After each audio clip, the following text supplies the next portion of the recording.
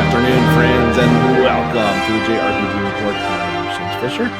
This is going to be episode 133, and it's going to be part 1 of our Tokyo Game Show 2020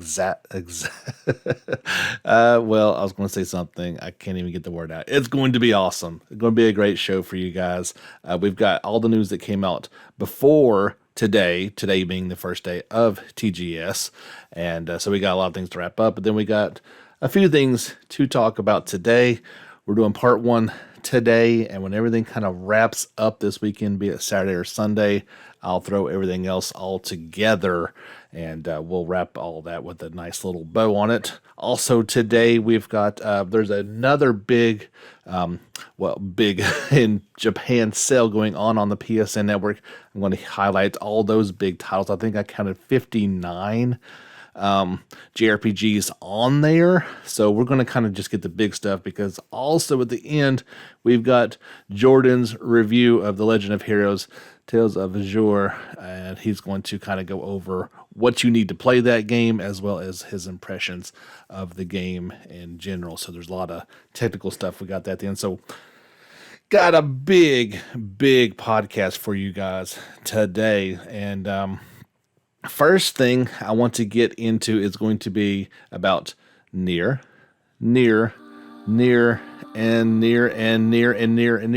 I've got actually 7 tabs open up on the computer, all related to this franchise. And I guess the biggest one that you guys are probably looking forward to and want to hear more about was talked about at the first day of Tokyo Game Show. Of course, this came out, and what were they calling their little live stream event?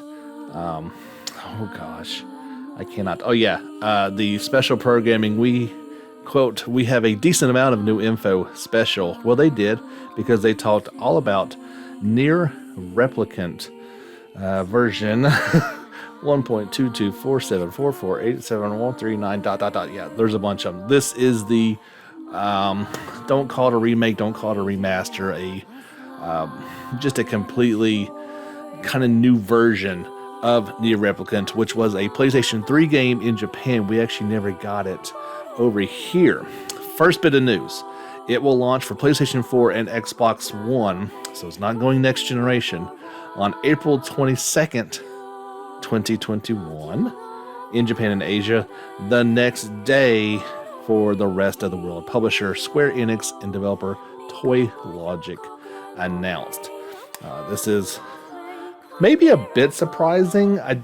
We're talking about 7 months from now. Obviously can get delayed between now and then, but today revealed the first time we have seen it in action. There was a brand shiny new trailer for you guys to check out. The actual trailer only shows the characters and a bit of story surrounding what this one is about, and I've got to piece it together, but there was a gameplay snippet as well, so I've got to chop it up from the live stream, and I'll get that over on YouTube as soon as possible. It's about 3 minutes of gameplay. So my basis of knowledge is Automata, and so this is actually a prequel to that game. It makes sense, it came out before that, and it's similar but different in the same way. The gameplay is it's actually more magic based and sword, straight sword based in it, whereas Automata is definitely more mechanical. You've got a lot of crazy ideas and things going on. This one, the character at least appears to be a human and wielding a sword, and has instead of the bot flying around doing stuff, he looks like to be a grimoire, a book with magic spells coming out of it. The gameplay looks awesome. It is pretty early access gameplay that they're showing, so they're able to manipulate the environments, what's going on. It doesn't look blow you away and good. I wouldn't even say it looks as good as Automata at this point, but it's kind of like a beta version of it. It is not the way the full game will look. In the trailer, though, it does show some of the scenes, and those look pretty nice looking. So I would invite you to at least, if you're listening to this right now, as soon as I put it out there, the trailer is definitely up for you guys to go check out on the JRPG Report YouTube channel, and I will get that gameplay up as soon as possible. Let's go about, here's the about of this one. Of course, this is an updated version, that's what they're calling it, of Nier Replicant, previously only released in Japan. They say, discover a one-of-a-kind prequel of the critically acclaimed masterpiece, Nier Automata. Now with a modern update, experience masterfully revived visuals, a fascinating storyline, and more. The protagonist is a kind of young man living in a remote village. In order to save his sister, Yona, Y-O-N-A-H, who fell terminally ill to the Black Scrawl, he sets out with Grimoire Weiss, a strange talking tome, and search for the, quote, sealed verses. Explore Nier Replicant's story for the first time in the West through the eyes of the protagonist as a brother. And of course, this has all the major players in the Nier development team. The original All-Star team returns for this one. And here are some of the key features. Uncover the truth behind the world of Nier and prepare to question everything in this dark, twisting tale. Journey alongside an unlikely group of allies through the ruined world, plagued by sickness and monstrous horrors. A mesmerizing, iconic soundtrack, newly recorded. You can fight back against dreadful enemies with a visceral, unique, customizable blend of swordplay and powerful magic. Customize your character's magic, skills, and weapon with the power of words. So, yeah, I got a lot more out of the gameplay segment when I watched it. Like I said, I'll get that guy up for you guys post haste as soon as I can. I'm trying to find what they called it. They had a pretty cool word for what they described the action, and I'll probably come across it at some point in time. Oh yes, the updated combat system has magic and weapon attacks interweaving in an interesting way to keep things, quote, exhilarating and punchy, end quote. That's a pretty good description of it, I gotta be honest. The shadow monsters, they're called shades in this one. They have to manipulate the game in order to make them come out, because it's the daytime. Apparently these shades only come out at nighttime, so you'll see them spawn. Very much look like the original Heartless monsters. This is Square Enix, and it's more than a passing resemblance to them, but they're just kind of like, you can kind of see through them, rather than being a solid form, but they kind of come out. They're about the same height. Come out of the ground the same. At least I couldn't help but notice that. The other thing I couldn't help but notice is I am playing through Automata right now, and the trailer for Replicant has a character that I believe may be in there. So I'm going to need to, get to the end of Automata to figure out what's going on with that character. This one, see if there is in fact a connection. This is purely just from a picture, so I'm not sure if that in fact is true or not. And obviously we've not played Replicant to know if that is this case. So that's pretty cool. So yeah, some good information about Replicant. There was also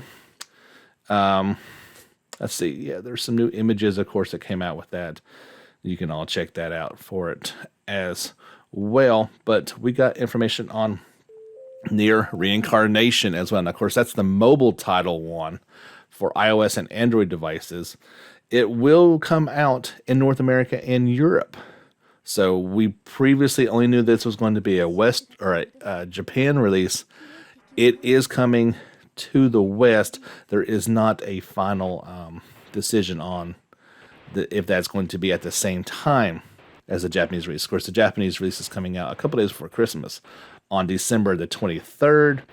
No word if that is a worldwide release or just Japan. Then we'll get it a little bit later on. There was also a new trailer for Reincarnation.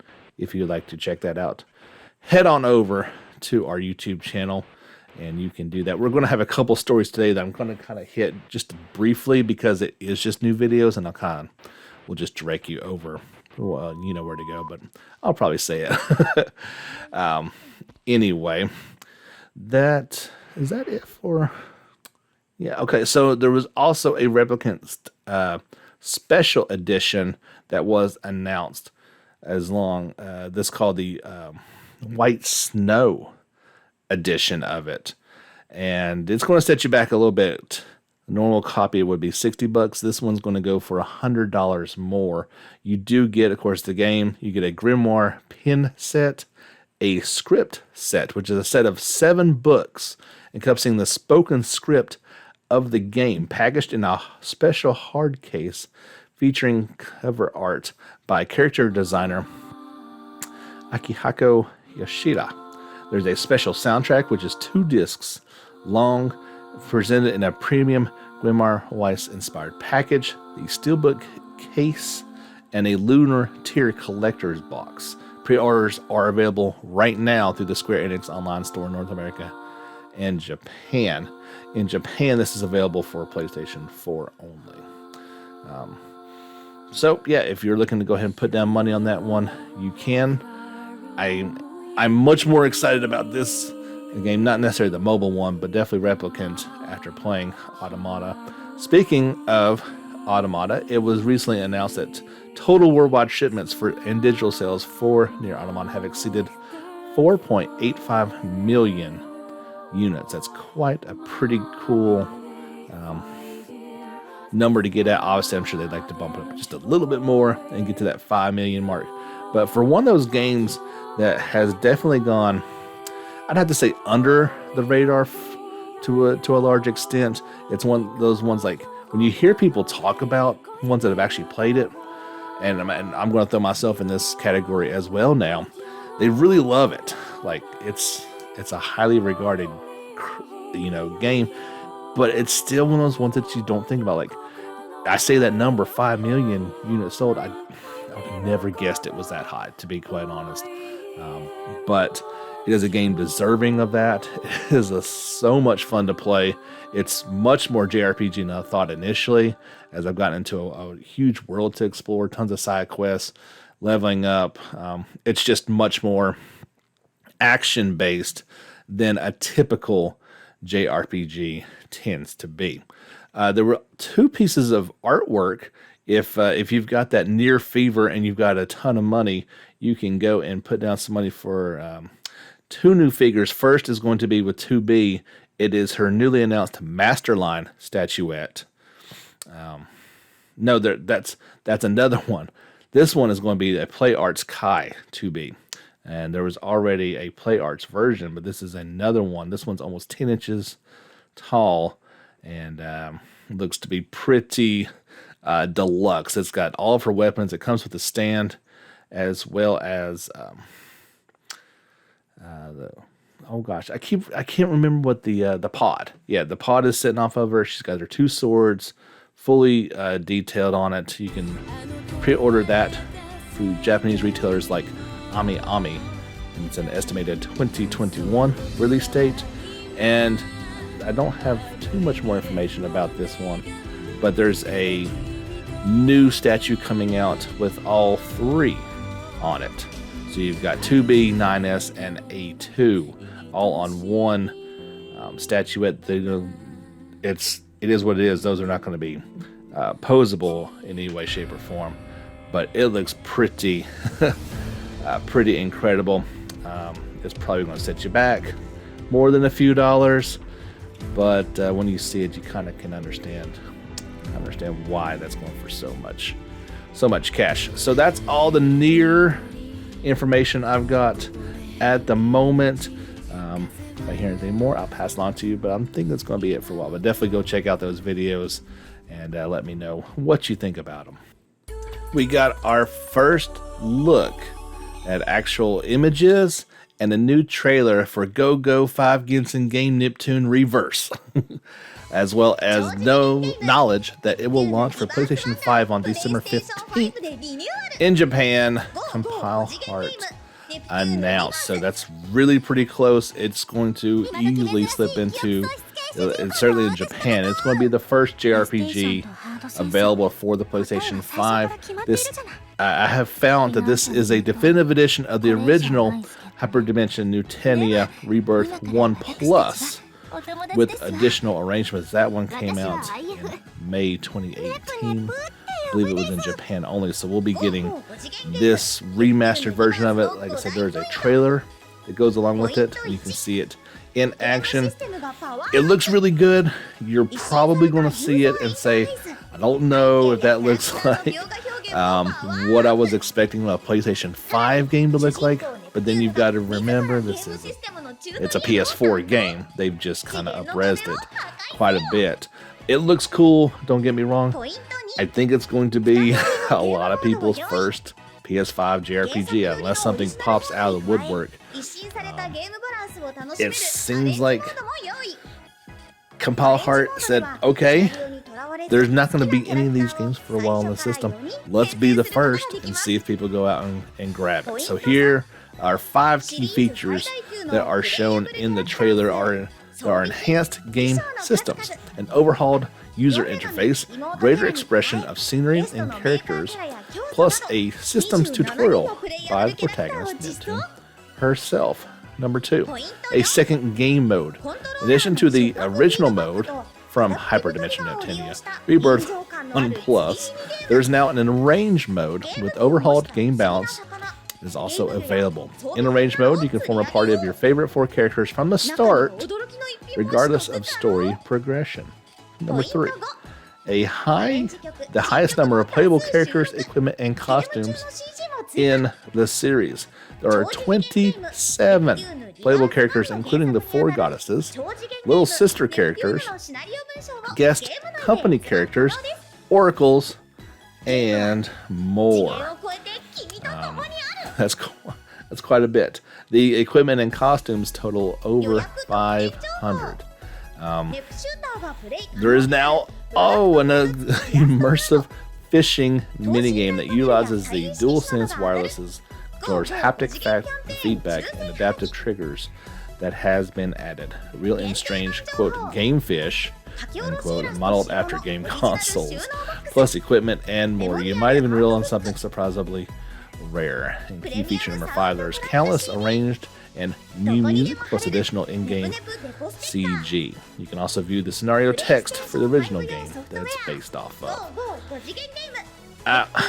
It's going to be hard not to pick this one. I did enjoy the Nintendo game that I played on my Vita, and it looks very similar to that. So, like I said, you're not going to have too many options probably for a while in the JRPG category for your brand new system.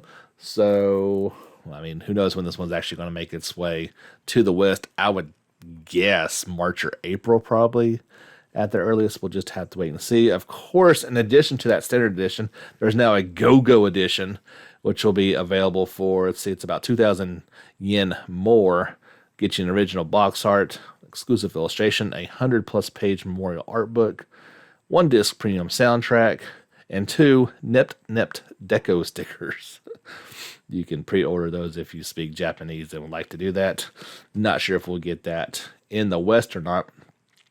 So I made a video with those new images that you can check out. It's only about a minute long. It's not too bad because there's not many. And then you can check out that brand new trailer. I think it's close to 3 minutes long, showing off the game in action. And let me know what you think about it. Is it... Are you getting a PlayStation 5, and will this be your first JRPG for it? It's a question you're going to have to ask yourself. As we all know, it's probably going to be a while before there's too many other games for the system. Square Enix also came out with a new trailer for Dragon Quest XI-S Echoes of the Elusive Age Definitive Edition for Tokyo Game Show 2020. Although Square Enix has not had their presentation yet, they kind of preempted everything and put this one out there in order to be first. This game, of course, is available now for the Switch and will be due out for PlayStation 4, Xbox One, and PC via Steam, Epic's Game Store, and the Microsoft Store on December 4th. Worldwide, a brand new trailer kind of showing off the game in action. Here are some of the key features for this re-release of the PlayStation 4 Classic and, well, Switch version. Unravel an epic mystery in a riveting tale. You are the Luminary, a reincarnation of a hero from a forgotten age. Denigrated as a demon and pursued by a malicious monarch, you must embark on a quest to uncover the mystery of your fate and save the doomed world. Be prepared for an immersive story with full twists and turns that pull you and keep you craving more. You will assemble a colorful cast of loyal companions. That's certainly one way to describe your crew in this one. Accompanying you is an endearing band of adventurers with their own rich backstories and personalities. Of course, famed manga artist Akira Toriyama brings the characters of Dragon Quest to life in this one-of-a-kind style. Explore a massive, beautiful, living world. Excitement lurks around every corner. Observe NPCs attend to their daily schedules. Monsters change behaviors to fit their environment and access new areas by foot, on horseback, or with use of monstrous vehicles. They say in turn, you can engage in classic turn-based battles with a modern twist. Dragon Quest XI features mechanics simple enough for beginners, but with enough depth to satisfy hardcore fans. As your adventure continues, learn incredible new abilities to take down even the most fearsome foe, your powerful allies. Have some fun and save the world. Tons of side quests and addicting mini-games await you. Enough content to play well over 100 hours. That's absolutely for sure. It's a long game. You will face insurmountable odds and the evil force of unimaginable power. While the stakes are high, there are many fun distractions you'll find everywhere you look. You can now challenge yourself with the Draconian quest available when you start a new game. These options allow you to craft your own customized difficulty with different settings and provide a greater challenge. I'm still on the fence about this one. Love Dragon Quest XI. Wish we could have got this version to begin with on the PlayStation 4. I'll probably just pick it up for the Switch, perhaps, but then PlayStation 4 achievements, trophies. So far. It was also announced that total worldwide shipments and digital sales for Dragon Quest XI Echoes of Elusive Age have surpassed 6 million. 6 million units. So that's quite a feat for an outstanding game, and I have a feeling it's going to sell more than a few more copies when this one comes out in December. Last week, we learned about the existence of Disgaea 6, Defiance of Destiny, for the PlayStation Switch and PlayStation 4. And, of course, that will release on January 28th, 2021 in Japan.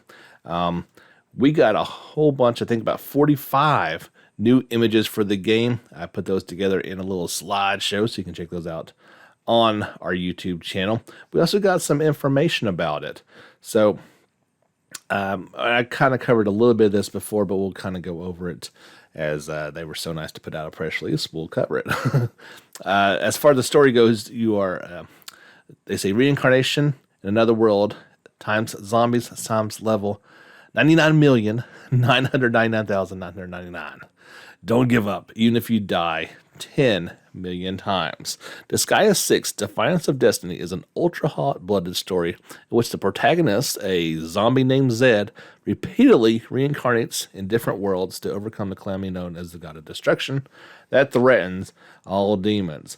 You will have many encounters in the super reincarnated worlds that await. Go around the many worlds and acquire the power and party members necessary to defeat the God of Destruction. So we learned about Zed a little bit. He is a zombie boy who travels across those different worlds with transfer magic called super reincarnation and keeps trying to defeat that pesky God of Destruction. While he was originally a kind zombie, this kind-hearted, his heart hardened as the God of Destruction constantly defeated him in super reincarnation, and he's now quite rude. There's also Biko, who is Zed's pure and kind-hearted little sister, a zombie girl who lovingly refers to Zed as Big Bro and acts as his moral support.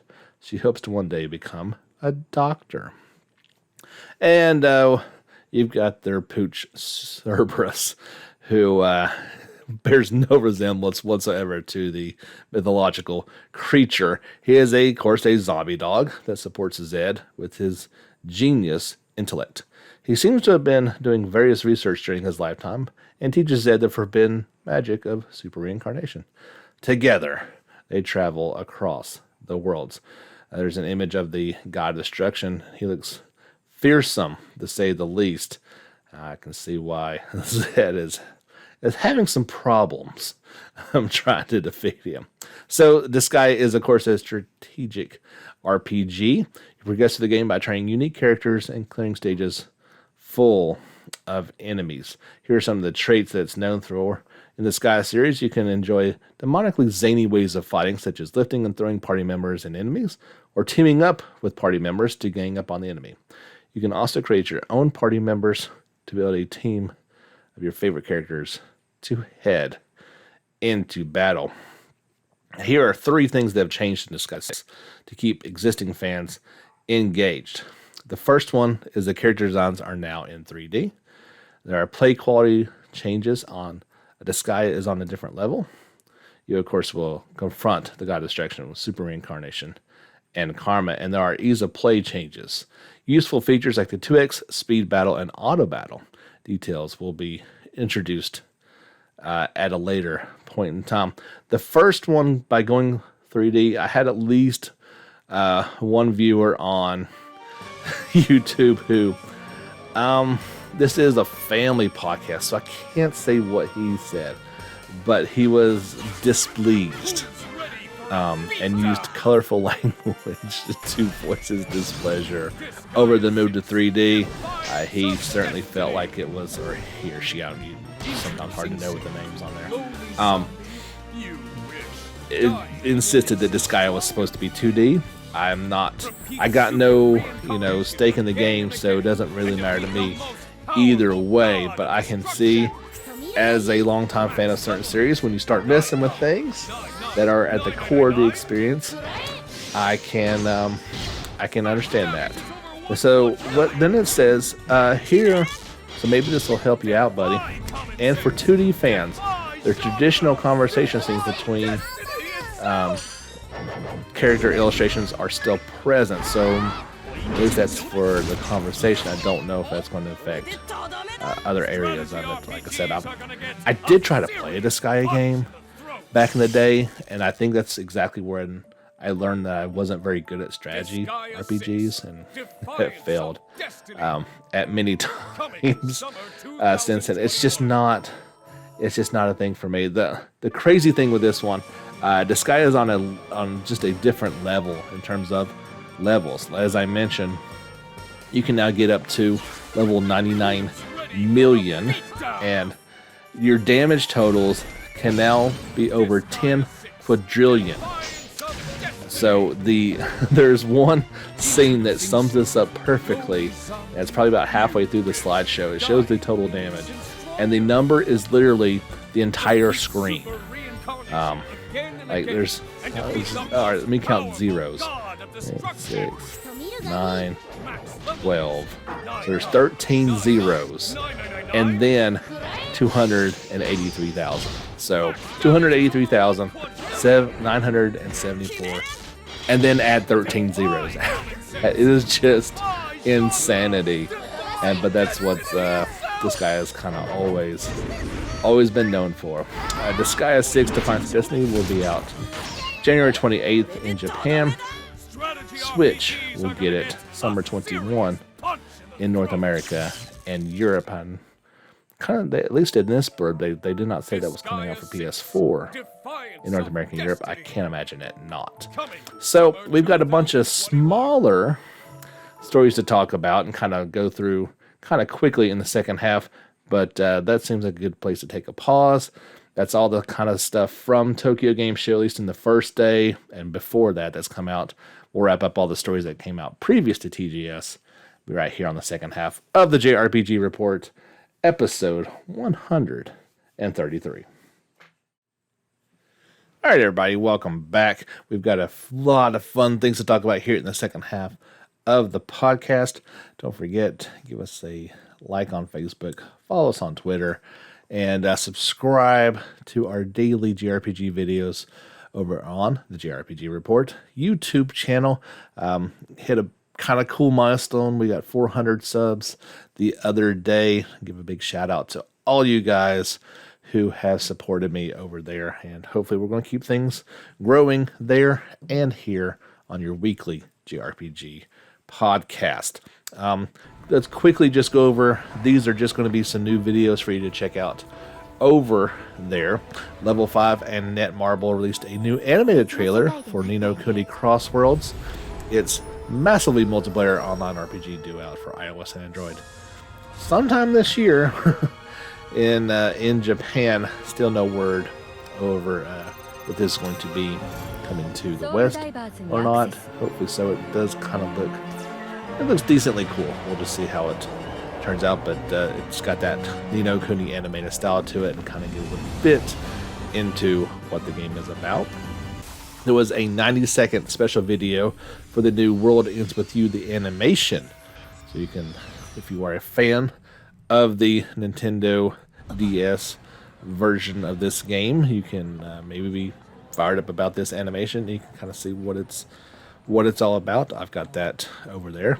And if you know Japanese and you are interested in Mary Skelter Finale, there is a 5-minute long trailer introducing the game's characters and jobs. I guess you could put on the YouTube translation and hope that works out for you. But yeah, those are 3 videos, not a whole lot. Oh wait, there's one more. There is a new trailer for Scarlet Nexus featuring the new theme song for it, Dream in Drive. That is by the Oral Cigarettes. So if you want to check out that, it's kind of like a music video, I guess you could say. You can check that out. All those on the YouTube channel. Kind of an interesting story, and I'm really hoping that we learn about this one a little bit more at Tokyo Game Show in the next couple days, but we may not either. So, Bravely Default 2. We've heard so little about this upcoming game for the Nintendo Switch. So when this popped up, it was a little odd. So the Australian Classification Board gave this game a mature rating. That doesn't mean that's what it's going to be, but it did say it was rated mature for having themes of including the themes and violence were both falling under the moderate impact rating. So that doesn't necessarily sound like mature. There was nothing as far as drug use, foul language, or nudity in it. So I'm not sure why this one got pushed up to mature. Maybe Australia's just a little bit more strict on their rating. So this also could suggest, and that's why I'm hoping we get something more about soon, that the game will indeed make its 2020 launch window, which is what was announced back at last year's Game Awards.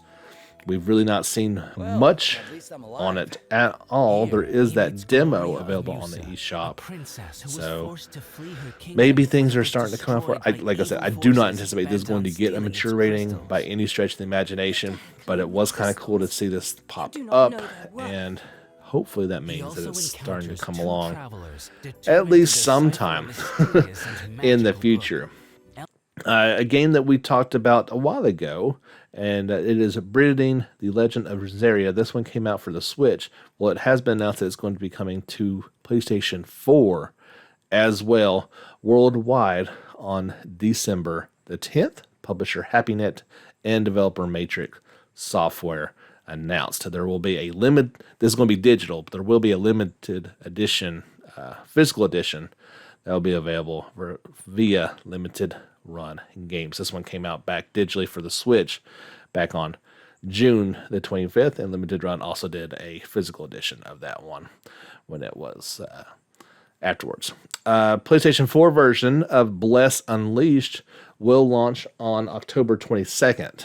Publisher Bandai Namco and NeoWiz announced, along with developer Round 8 Studio. This is a free-to-play title you can pick up and play for nothing. There's also some paid versions of it, though, that you can pre-order in a deluxe, exalted, or ultimate founders pack. I won't go into everything that's included in these things, as it's It's free, but if you want to play for it, the deluxe version is $20. The Exalted Founders Pack is $40, and the Ultimate Founders Pack is $80. This one first came out for Xbox One back in March. It's coming to Steam in early 2021, if you're interested. Again, that's coming to PS4 on October the 22nd.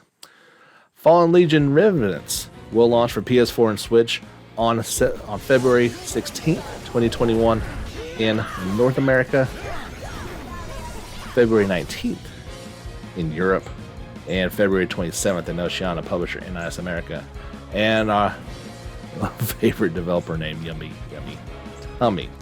We've talked about this one a little bit in the past. There's some trailers for it you can check out over on YouTube if you would like to do that. I'll have that there for you guys to check out. But again, that one's coming to the West next year in February and the rest of the world as well. There was a new patch version 1.09 update for Sword Art Online Alicization Lycris. There's also a trailer that went along with it as well, kind of showing, well, the first half showed the game, and then the second half talked about all the changes.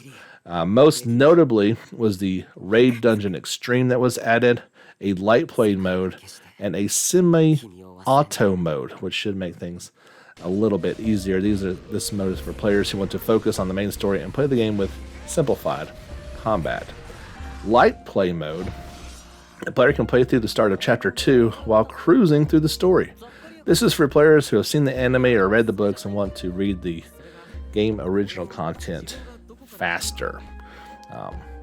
There was obviously a bunch of things fixed with this one. Tried to make just make it a little bit better overall experience for this game. They've been working on it for a while. It definitely had some issues at launch, but they seem to be getting this one going in the right direction. The upcoming mobile game, Octopath Traveler: Champions of the Continent, will launch for iOS and Android on October 28th in Japan. Square Enix announced it will be free to play with in-app purchases. We got a new trailer for it, and again, it looks good. It kind of looks almost as good as the Switch version, but not quite as good. And actually is showing a party in the trailer of nine people. That's kind of interesting. Still no word on a sequel for Octopath Traveler, and I'm sure it's coming at some point in time, but maybe this one will hold you over until then. Still no word on if this one's coming west or not. Maybe to see how it does in Japan, and then they'll look at possibly bringing it to the west. There was, speaking of expensive statues we talked about earlier with the Nier ones, there is going to be one for Persona 5's version of On, the dancing game version of it. It is a 1/7 scale model. Persona 5 Dancing in the Starlight. That's what I was trying to get out. It's going to go for $176. I mean, it looks fantastic. Do not get me wrong. When I scoff at the prices of these things, it is purely because I don't have that much money to spend on figures. I have bills and, a child in school and a mortgage and a car payment and all those fun adult things, and do not have $176 to spend on a figurine. As awesome as it is, don't have it, and makes me sad. But that's just the way that life goes on some of these things. We want all these shiny things, but we can't have them all. Speaking of money we don't have, but you'll probably spend anyway, they did one, there's March, and I think there's one in April. Well, it's Tokyo Game Show time, so of course there's going to be a Big in Japan sale going on right now on the PlayStation Store. I don't know if Nintendo's doing anything or Steam as well, but this is what I do know, so that's what I'm going to pass it along to you guys. As I mentioned, there was 59 different things that if you put on the filter for just RPGs, that's what it brought up. So I'm going to highlight kind of the big hitters. We're not going to go into each and every single one because we do want to get to Jordan's review here in just a moment. These are in alphabetical order. So the first one that pops up is Atelier Ryza. New game coming out, hopefully the beginning of next year. If you've not picked up on this one, you can now. It's, of course, normally still $60 on sale for $42. Death End Request 2 just came out, or is coming out, just came out. The first game, down from $40 to $16. Disgaea 4 Complete Plus is $20 off, down to $29.99. Not a true JRPG, but definitely has those elements. You can pick up Dragon's Crown Pro for just $7 right now. Dragon Star Veneer is down to $15. If you've got that Final Fantasy VII Fever from Remake, you can play the original for just $8. Final Fantasy VIII Remastered down to $10. An outstanding deal on Final Fantasy XII Zodiac Age down to $25. You can pick up, it seems like every time this game's on sale like every other week. Final Fantasy X/10-2 HD Remastered down to $12.50. You can get the multiplayer Comrades for FF15 is $5. And Final Fantasy 15 Pocket Edition, half off, down to $15. A really good little game, Grand Kingdom, is down to just $10.50. Highly recommend that one. I Am Setsuna is down to $20. Probably should have been what it was at to begin with. I'm just going to be honest on that one. You can pick up all the Kingdom Hearts games. 1.5 and 2.5 is down to $20. 2.8 Final Chapter is down to $20. And Kingdom Hearts 3 is down to $18. This one came out not too long ago. The remake of Langrisser 1 and 2 is down to just $35. It's down from $50. Mega Dimension Neptunia V2R, or how are you supposed to say that one? I can't remember, but it's down to $12. Ononaki is down to $25. Persona 5 Royal down to $39. Excellent deal there. Romancing Saga 2, $12.50. Star Ocean, the First Departure R, the remake of the first one, is down to $14.06. Star Ocean 4 is $10.50. Star Ocean 5, $12. Super Neptunia RPG is $20. Tales of Berseria, they keep trying to give this game away, and it's a PlayStation Hits title, so you can get a physical copy for $20. You can pick it up digital for just $10 right now. Alliance Alive HD Remaster just came out not too long ago. It's down to $30. Caligula Effect Overdose down to $20. The Legend of Heroes games are all on sale. They've only got the first one listed here. So I'm going to look up the other ones for you right quick as soon as I get done talking here. But Trails of Cold Steel 1 is $20. You would be hard-pressed to get more game for less money at that point. Tokyo Xanadu EX Plus is down to $12. Valkyrie Chronicles Remastered is $8. And Ys Origin is down to just $8 as well. So I'm going to try to look up while I can. So you'll have to just bear with me for a moment. I'll have a have a little chat amongst yourselves while I try to look up these other. I'm not going to be able to find it. Well, just know the Legend of Heroes games are all on sale, and I think they're a pretty decent discount. So if you're wanting to pick those ones up on the cheap, you can do that and get you ready for Part 4 coming out here in just 1 month. That's all the things I had to talk about. Let's flip it over for more Legend of Heroes talk to Jordan. He'll tell you all about his review, and then I'll close out the podcast for you guys in just a moment. Hey everybody, this is Jordan here, giving you guys my thoughts and a little review on Trails from Zero, otherwise known as Zero no Kiseki.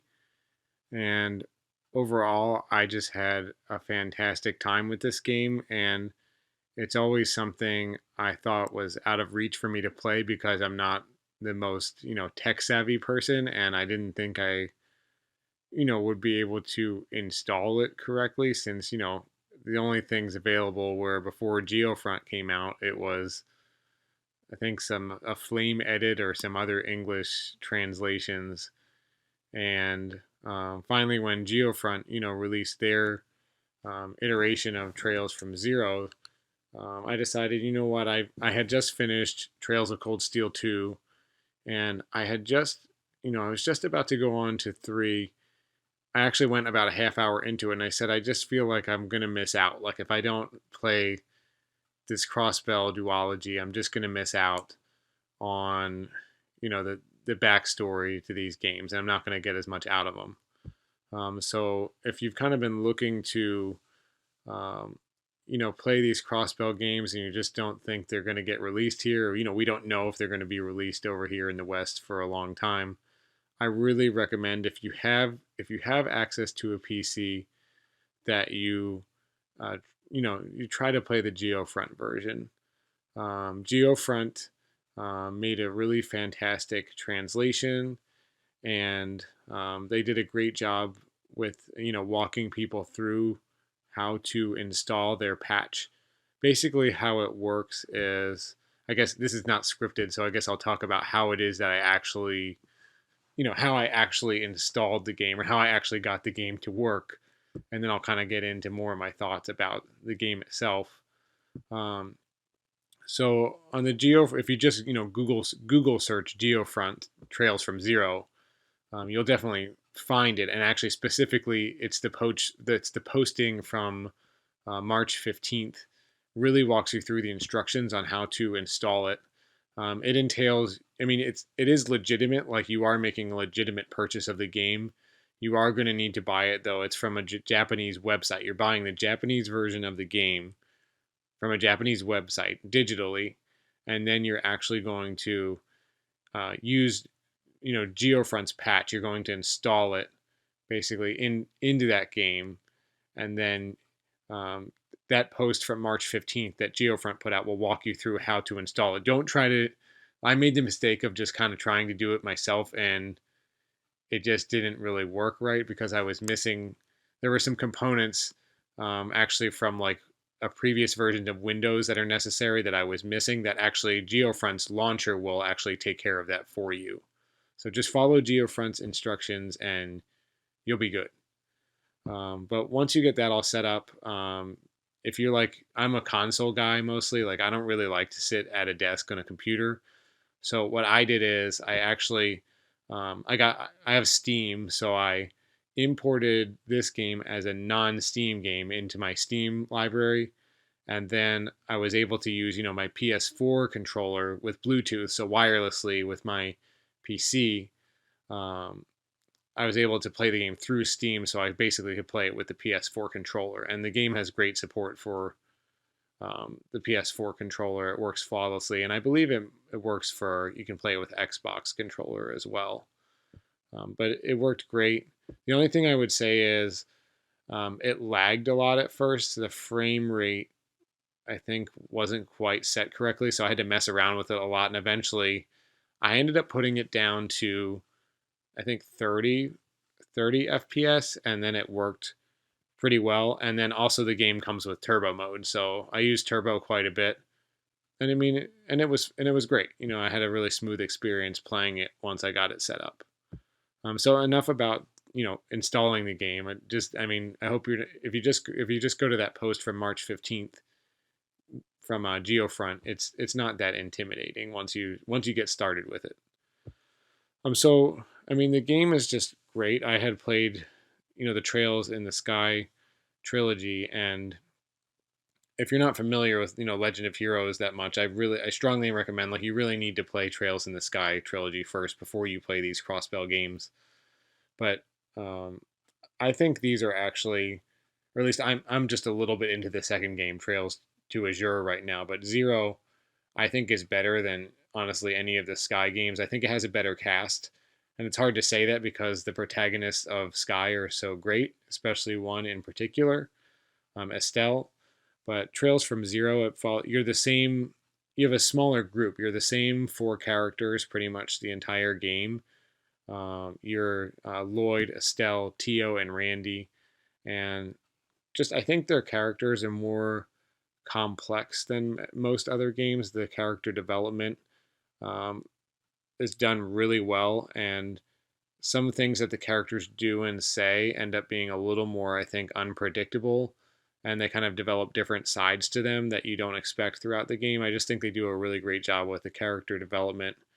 And sometimes, of course, as is with a lot of these Legend of Heroes games, the humor sometimes is just off the wall. I mean, it's great, and you get a lot of tie-in to the other Sky games. And these games, these Crossbell games, take place at the same time as in the timeline as Cold Steel and Cold Steel 2.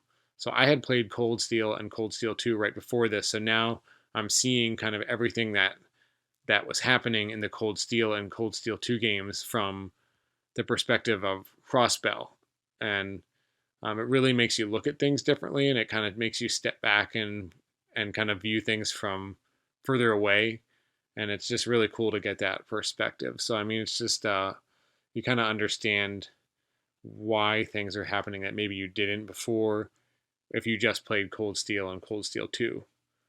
Um, I will say, similar to Sky, there's a lot of walking in the Sky games. You walk around a lot, and in Crossbell, you will still walk around a lot. But I think that it's a little less walking, maybe only because in Crossbell City itself, you have fast travel. So that's pretty good. But then if you go outside into other areas of Crossbell, I mean, you have to either walk or you can take the bus, but it's still not the same as fast travel. Like you have to go to a bus station and you have to wait for the bus to come and pick you up and then drive you over. I mean, you got to watch the animation and everything. So it's not as great as fast travel. It's like somewhere between I guess Sky and Cold Steel pretty much. But I mean, that's really a minor thing. The music is just great. I think the music seems to get better and better with these games. There's just some great tracks that get you pumped up for a battle, or just the town music really sets great atmosphere no matter where you are. If you're in the casino, it definitely fits the casino area. Of course, there has to be a casino, right? In a JRPG, you get stuck there playing cards like I did, playing poker for like 5 hours. But anyway, that's kind of off topic. I will say the combat, they removed some things like in the in the Cold Steel games. You had those rush attacks, and but you didn't have um, what was called combo crafts as much. For example, like in Sky, you had two characters kind of do like a regular craft together, but in the Crossbell games, and in Trails from Zero, you have these combo crafts that where each character uses 100 craft points each to combine to do this incredible attack, and you can do just as much damage as some of the S crafts. So those are pretty cool, and I'm not sure why they removed those from Cold Steel. It would have been cool to see, like, I don't know, like Reen and Laura do one of those awesome things together like that. It would have been pretty cool in Cold Steel to see that kind of thing. So I think that's pretty awesome. Um, the Ornament System. So there's a system called the Ornament System where um, each orbment represents each orbment basically represents a certain amount of what's called sepith, and you have to basically make different combinations of sepith in order to unlock certain spells. So that's as much as I'm going to describe it here without getting too complicated, but it's very similar to Trails in the Sky. If you play that, it's pretty much like the Trails in the Sky system. In Cold Steel, they kind of took that away. You didn't have to make all those different combinations in quite the same way, but I think that can be interesting. I don't know if it adds a lot to the game, but I think it's interesting, and the spell animations I think are pretty cool themselves. Um, I just think overall it's totally worth playing this game, if not for anything but the story and the character development. Um, I think it's just unparalleled, and this cast of four is just even more enjoyable than I think of pretty much just about any cast of characters I can think of in a JRPG. So I really highly, highly, highly recommend this game. I had a great time playing Trails from Zero, and I'm already a few hours into Trails to Azure, and it seems like it's even better. Like I feel like even in Trails to Azure, it's been taking the music to entire other level, even if you're a big music person in JRPGs.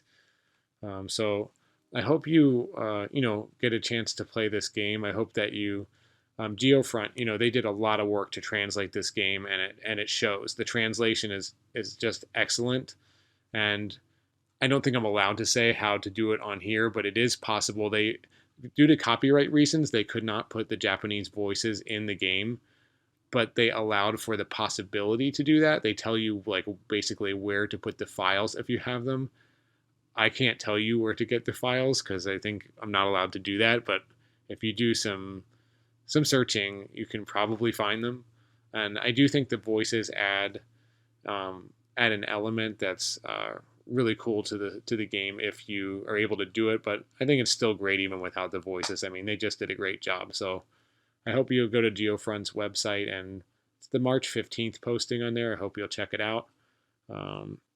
Again, if you haven't played the Cold Steel games yet, I probably, you could argue playing these before the Cold Steel games. I would argue if you're going to try to play, these Legends of Heroes games, I would argue that maybe you should play Cold Steel 1 and Cold Steel 2. I would probably play those first and then play the Crossbell games, because the Cold Steel games don't spoil that much of the Crossbell games, but I'm noticing that Crossbell games like Zero, it spoils a fair bit of what's happening in the world, in Erebonia and Cold Steel. So I probably would try to play, if you can, I would try to play Cold Steel 1 and 2 first, and then the Crossbell games. Now, if you've already played Cold Steel 3, which I haven't played yet, I'm waiting to do that. I still think no matter where you are, you'll still love the games, but that's just my recommendation. So anyway, I think I went on long enough about this. I think you got the point. It's an awesome game, Trails from Zero. I hope you get to play it, and I hope you love it. Thanks. All right, many thanks to Jordan for putting that together for us. It was a little bit long of a review, I realize that, but he had a lot of things he needed to talk about in terms of how to do these things. It's not an easy thing if you want to play these games, and I think he laid it out there very well for you guys to listen to. So this weekend we'll have our part 2 Tokyo Game Show. We'll wrap up everything that's gone on from today until Saturday or Sunday. I can't tell you when that one's going to come out. Hopefully everything will wrap up and I'll have it for you Sunday afternoon. Hopefully I get done before football. I don't want to bleed into then. But next week it's going to be well, not really. But so next week we've got our regular podcast will come out on Thursday. And I'll have our Sunday special. I'm going to be chatting with Dalton for that one. And the next week, I'm on vacation. So probably not going to hear a whole lot from me. And that's just, I'm sorry to say it, I don't get these all the time, but we're going to get out of town for the kiddos' fall break and head down to JRPG Island and chill out for a little bit. So can't promise you guys anything will go out that first week of October. I'm sorry to say it, but yeah, we should have a lot of fun, a lot of things to talk about this weekend. Hopefully we got some big announcements coming that we didn't anticipate, and I'll bring it to you here on your source every week for JRPG News, the JRPG Report. This has been episode 133. My name is James Fisher. Thank you so much for listening. Till next time, get back out there and level up.